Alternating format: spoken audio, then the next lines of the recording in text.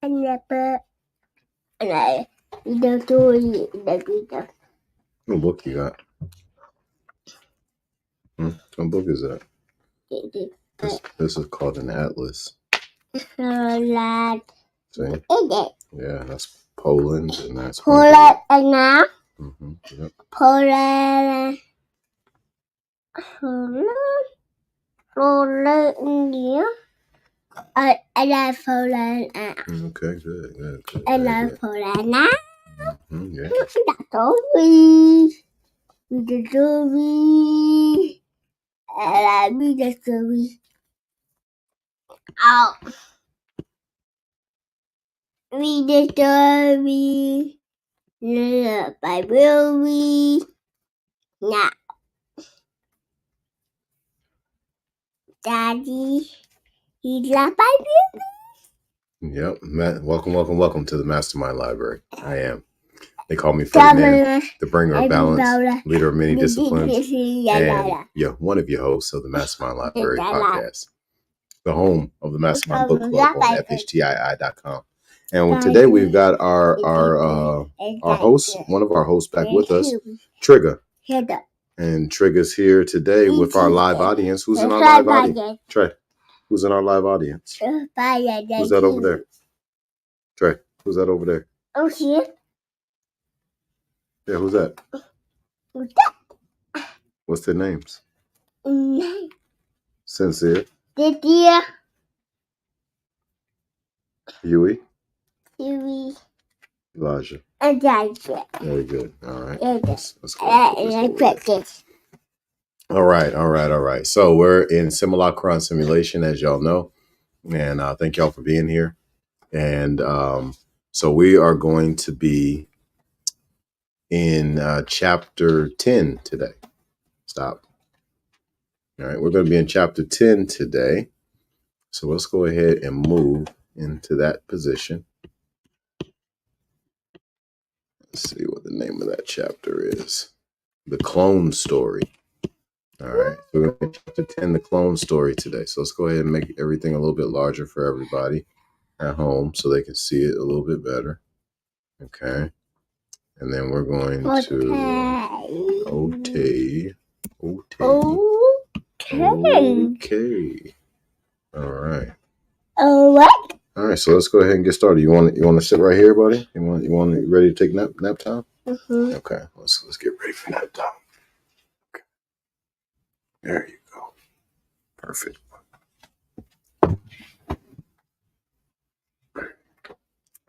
All right. So come back to where I need to be at. And we can get started on the clone story. Of all the prostheses that mark the history of the body, the double is doubtless the oldest. But the double is precisely not a prosthesis. It is an imaginary figure, which, just like the soul, the shadow, the mirror image, haunts the subject like his other, which makes it so that the subject is simultaneously itself and never resembles itself again, which haunts the subject like a subtle and always averted death. This is not always the case, however, when the double materializes, when it becomes visible. It signifies imminent death. In other words, the imaginary power and wealth of the double, the one in which the strangeness and at the same time the intimacy of the subject to itself are played out, unheimlich, rests on its immateriality, on the fact that it is and remains a phantasm. Everyone can dream and must have dreamed his whole life of a perfect duplication or multiplication of his being. But such copies only have the power of dreams and are destroyed when one attempts to force the dream into the real. The same is true of the primal scene of seduction. It only functions when it is phantasmed, remembered, never real. It belonged to our era to wish to exercise this phantasm like the others. That is to say, to want to realize. materialize it in flesh and bone, and in a completely contrary way, to change the game of the double from a subtle exchange of death with the other into the eternity of the same. Clones, cloning, human cuttings ad infinitum. Each individual cell of an organism capable of again becoming the matrix of an identical individual. In the United States, a child was born a few months ago like a geranium from cuttings, the first clone child, the lineage of an individual via vegetal multiplication. The firstborn from a single cell of a single individual, his father, the sole progenitor, of which he would be the exact replica, the perfect twin, the double. Dream of an eternal twinning substituted for sexual procreation that is linked to death. Cellular dream of scissiparity, the purest form of parentage, because it finally allows one to do without the other, to go from the same to the same. One still has to use the uterus of a woman and a pitted ovum, but this support is ephemeral and in any case anonymous. A female prosthesis could replace it. Monocellular utopia, which, by way of genetics, allows complex beings to achieve the destiny of protozoas. What, if not a death drive, would push sexed beings to regress to a form of reproduction prior to sexuation? Besides, isn't it this form of scissiparity, this reproduction and proliferation through pure contiguity, that is for us, in the depths of our imaginary, death and the death drive, what denies sexuality and wants to annihilate it? Sexuality being the carrier of life. That is to say, of a critical and mortal form of reproduction, and that, at the same time, would push them metaphysically to deny all alteration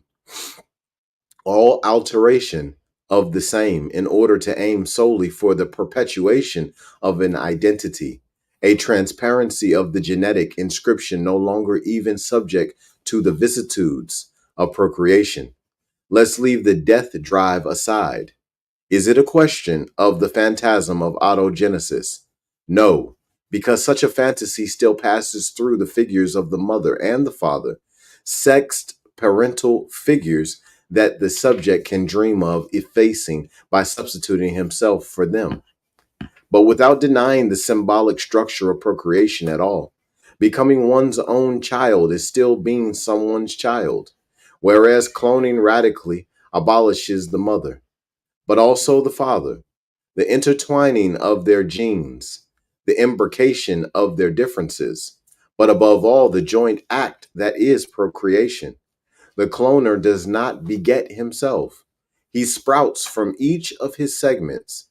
One can speculate on the wealth of each of these vegetal branchings that is effect resolve all Oedipal sexuality in the service of non-human sex, of sex through immediate contiguity and reduction.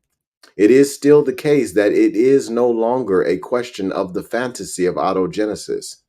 The father and the mother have disappeared, not in the service of an aleatory liberty of the subject, but in the service of a matrix called code. No more mother, no more father. A matrix.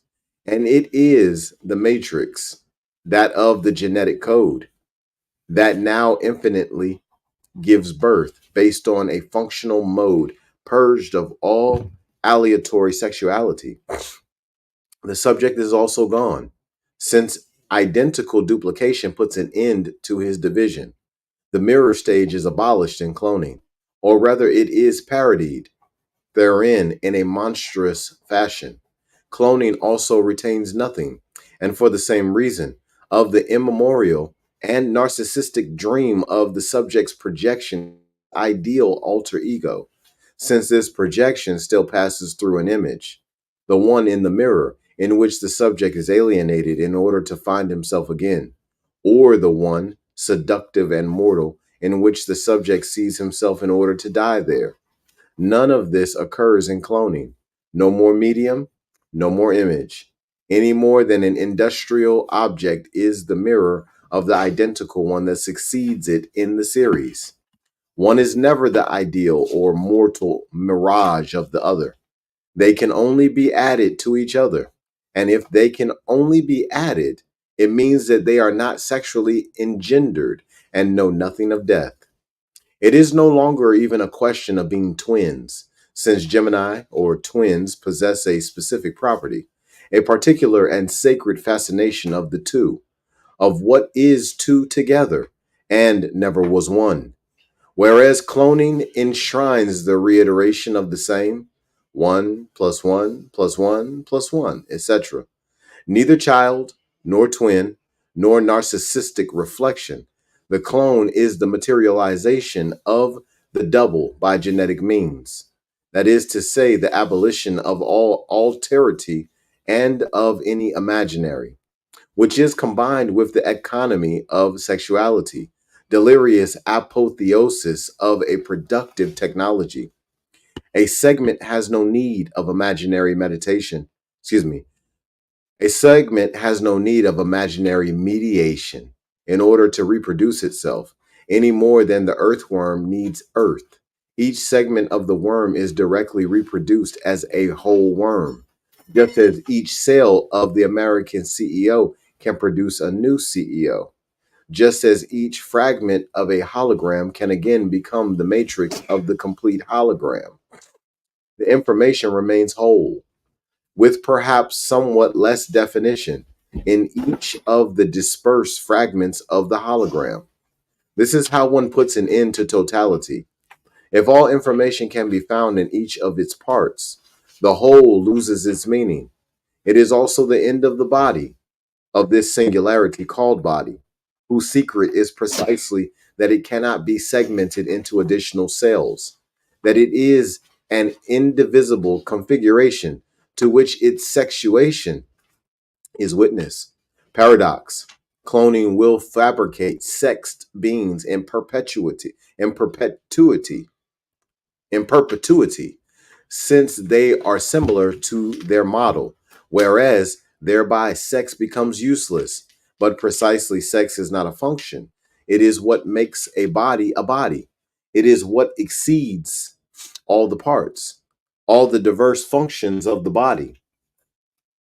Sex or death, in this sense, it is the same thing, is what exceeds all information that can be collected on a body.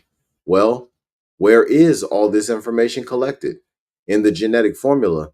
This is why it must necessarily want to forge a path of autonomous reproduction, independent of sexuality and of death. Already, biophysio anatomical biophysioanatomical science, by dissecting the body into organs and functions, begins the process of the analytic decomposition of the body. And micromolecular genetics is nothing but the logical consequence, though at a much higher level of abstraction and simulation, at the nuclear level of the command cell, at the direct level of the genetic code, around which this whole phantasmagoria is organized. From a functional and mechanistic point of view, each organ is still only a partial and differentiated prosthesis, already simulation, but traditional. From the point of view of cybernetics and computer science, it is the smallest undifferentiated element. Each cell of a body becomes an embryonic prosthesis of the body. It is the genetic formula inscribed in each cell that becomes the veritable modern prosthesis of all bodies. If the prosthesis is commonly an artifact that supplements a failing organ or the instrumental extension of a body, then the DNA molecule, which contains all information relative to a body, is the prosthesis par excellence, the one that will allow for the indefinite extension of this body by the body itself. this body itself being nothing but the indefinite series of its prosthesis. A cybernetic prosthesis infinitely more subtle and still more artificial than any mechanical prosthesis, because the genetic code is not natural, just as every abstract and autonomized part of a whole becomes an artificial prosthesis that alters this whole by substituting itself for it. Prothesis. This is the etymological meaning. One can say that the genetic code, where the whole of a being is supposedly condensed because all the information of this being would be imprisoned there lies the incredible violence of genetic simulation, is an artifact, an operational prosthesis, an abstract matrix from which will be able to emerge, no longer even through reproduction, but through pure and simple renewal, identical beings assigned to the same controls. My genetic patrimony was fixed once and for all when a certain spermatozoa encountered a certain ovum. This heritage contains the recipe for all the biochemical processes that realize me and ensure my functioning. A copy of this recipe is inscribed in each of the dozens of millions of cells that constitute me today. Each of these cells knows how to manufacture me. Before being a cell of my liver or of my blood, it is a cell of me. It is thus theoretically possible to manufacture an individual identical to me, starting with one of these cells. Professor A. Jacquard. Cloning is thus the last stage of the history and modeling of the body, the one at which, reduced to its abstract and genetic formula, the individual is destined to serial propagation. It is necessary to revisit what Walter Benjamin said of the work of art in the age of its mechanical reproducibility. What is lost in this work that is serially reproduced is its aura, its singular quality of the here and now, its aesthetic form. It had already lost its ritual form in its aesthetic quality. And according to Benjamin, it takes on in its ineluctable destiny of reproduction a political form. What is lost is the original, which only a history itself, nostalgic and retrospective, can reconstitute as authentic. The most advanced, the most modern form of this development, which Benjamin described in cinema, photography, and contemporary mass media, is one in which the original no longer even exists. Since things are conceived from the beginning as a function of their unlimited reproduction, this is what happens to us with cloning, no longer only at the level of messages, but at the level of individuals. In fact, this is what happens to the body when it ceases to be conceived as anything but a message, as a stockpile of information and of messages, as fodder for data processing. Thus, nothing is opposed to the body being serially reproduced in the same way. Benjamin describes the reproduction of industrial objects and the images of the mass media. There is a procession of reproduction over production, a procession of the genetic model over all possible bodies. It is the eruption of technology that controls this reversal, of a technology that Benjamin was already describing in its total consequences as a total medium, but one still of the industrial age, a gigantic prosthesis that controlled the generation of objects and identical images in which nothing could be differentiated any longer from anything else, but still without imagining the current sophistication of this technology, which renders the generation of identical beings possible, though there is no possibility of a return to an original being. The prostheses of the industrial age are still external, exotechnical, Those that we know have been subdivided and internalized. Esotechnical. We are in the age of soft technologies, genetic and mental software.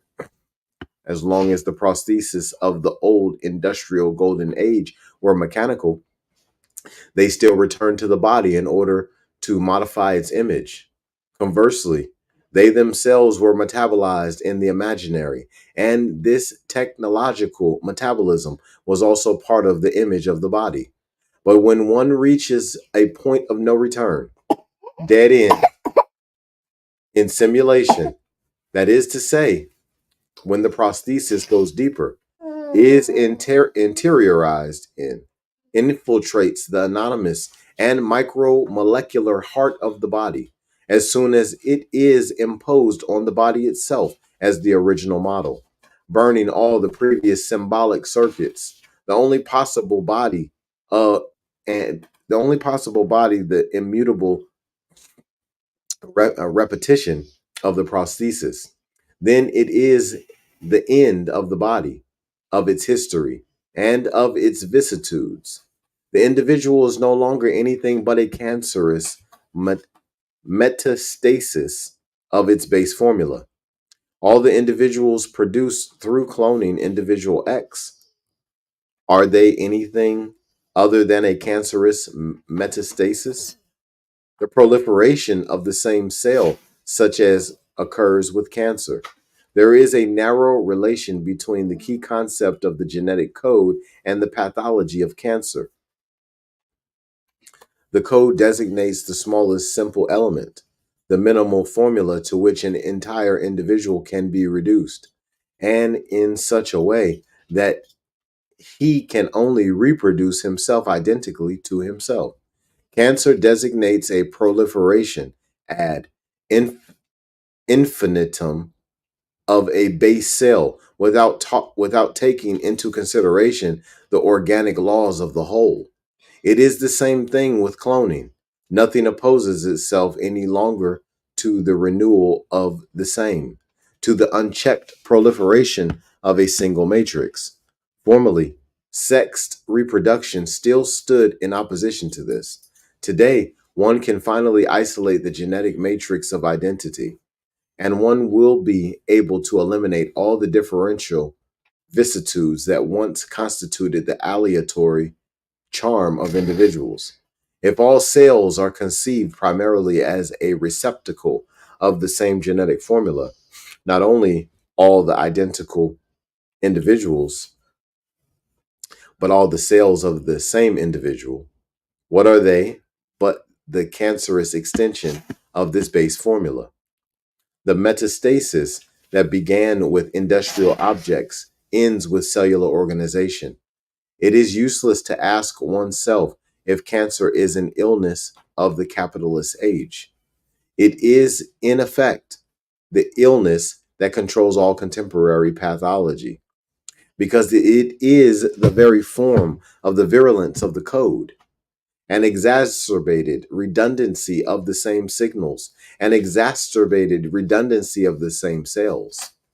The stage of the body changes in the course of an irreversible technological progression from tanning in the sun, which already corresponds to an artificial use of the natural medium. That is to say, to making it a prosthesis of the body, itself becoming a simulated body. But where lies the truth of the body? To domestic tanning with an iodine lamp. Yet another good old mechanical technique, to tanning with pills and hormones, chemical and ingested prosthesis, and finally by tanning by intervening in the genetic formula, an incomparably more advanced stage, but a prosthesis nonetheless. That is, it is simply definitive, integrated. It no longer even passes through either the surface or the orifices of the body. One passes by different bodies. It is the schema of the whole that is metamorphosed. The traditional prosthesis, which serves to repair a failing organ, changes nothing in the general model of the body.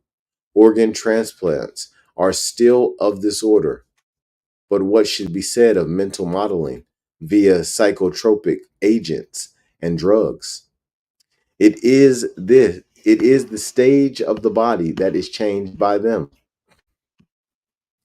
The psychotropic body is a body modeled from the inside, no longer passing through the perspectival space of representation, of the mirror, and of discourse. A silent, mental, already molecular, and no longer specular body, a body metabolized directly without the mediation of the act or the gaze, an immanent body without alterity, without a mise en scene, without transcendence, a body consecrated to the implosive metabolism of cerebral endocrinal flows, a sensory but not sensible body because it is connected only to its internal terminals and not to objects of perception. The reason why one can enclose it in a white, blank sensoriality, disconnecting it from its own sensorial extremities without touching the world that surrounds it, suffices. A body already homogeneous at this stage of plastic tactility, of mental malleability,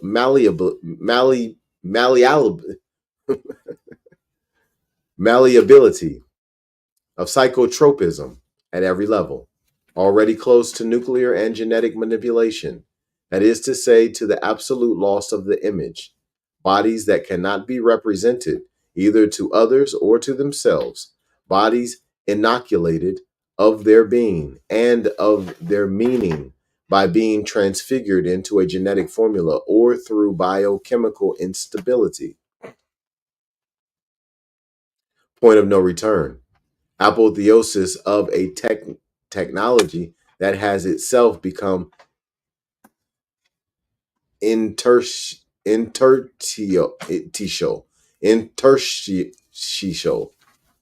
and molecular.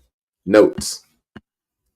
One must take into account that cancerous proliferation is also a silent disobedience of the injunctions of the genetic code.